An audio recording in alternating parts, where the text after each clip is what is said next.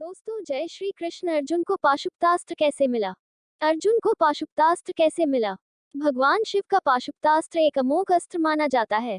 बात उस समय की जब हस्तिनापुर के कार्यकारी महाराज धृतराष्ट्र ने सम्राट युधिष्ठिर को सभी भाइयों एवं पत्नी साम्राज्ञी द्रौपदी के साथ निमंत्रित किया था। परंतु कौरवों की नीयत गलत थी, जिसने जघन्य अपराध का रूप लिया।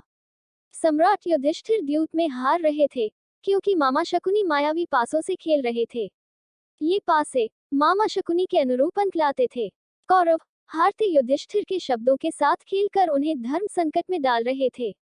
युधिष्ठिर अपने कहे हुए शब्दों में रहने को ही धर्म समझ रहे थे।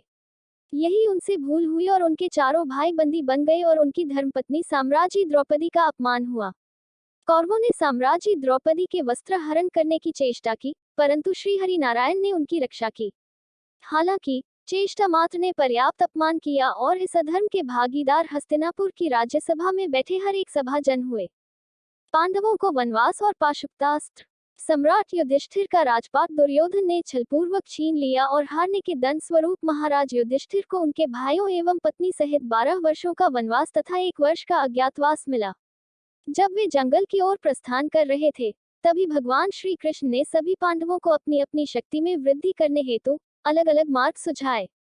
भगवान श्री कृष्ण के मार्गदर्शन एवं अपने पूर्वज महर्षि वेदव्यास की सलाह पर अर्जुन भगवान शिव से पाशुपतास्त्र प्राप्त करने हिमालय की तराई में चले गए। अर्जुन की तपस्या। वहां वह उस वन में रहते थे, जहां जगह जगह पर ऋषि मुनि की कुटिया बनी थी। वही एक कुटिया अर्जुन की भी थी। उस वन में तरह तरह के पशु पक्षी रहते थे। पहाड़ों से झरने गिरते थे, मानो वन नहीं बल्कि स्वर्ग का एक हिस्सा हो। वही अर्जुन अपने अंगूठे के बल खड़े होकर तपस्या में लीन थे। उन्होंने खाना पीना भी छोड़ दिया था। वह केवल हवा पीकर रहते थे। उनका शरीर सूख गया था, बाल दाढ़ी मूछें बढ़ गई थी, परंतु उनके चेहरे का तेज ऐसे बढ़ते जा रहा था मानो दूसरा सूर्य निकल रहा हो।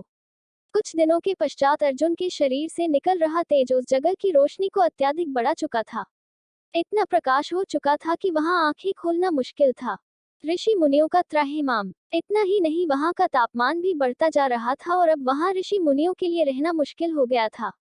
पशु पक्षी भी उस प्रकाश एवं तापमान से परेशान थे। कष्ट तो इस ऊर्जा से अर्जुन को भी हो रहा था, पर यह कष्ट अधर्म और अन्याय के कष्ट से कहीं कम था। वह अपनी तपस्या से हिलने को तैयार नहीं थे, परंतु ऋषि मुनि सहित सभी जीवों का जीवन दूभर हो रहा था। यह देखकर वहां के ऋषि मुनियों ने शिवजी की पूजा करनी शुरू कर दी और उनसे कहने लगे कि इस तपस्वी से उनकी रक्षा की जाए। त्राहिमाम त्राहिमाम करने लगे। तभी उन ऋषि मुनियों के लिए भविष्यवाणी हुई कि हे जन, घबराए नहीं, अर्जुन के तप से आपका अनिष्ट नहीं होगा। पांडु पुत्र अर्जुन मुझसे पाशुपतास्त्र प्राप्त करना चाहते हैं, इसलिए इतनी कठिन तपस्या कर रहे हैं और मैं उनकी तपस्या से प्रसन्न हूँ। यह सब अतिशीघ्र शांत हो जाएगा। तब ऋषि मुनियों को सब ठीक हो जाने की आस जगी। जंगली सुअर का आक्रमण। इसी के पश्चात मुनियों के आश्रम में एक बड़े से जंगली सुअर का हमला हुआ। ऋषि मुनि, कन्याएं, बालक, वृद्ध सब यहाँ वहां भागने लगे।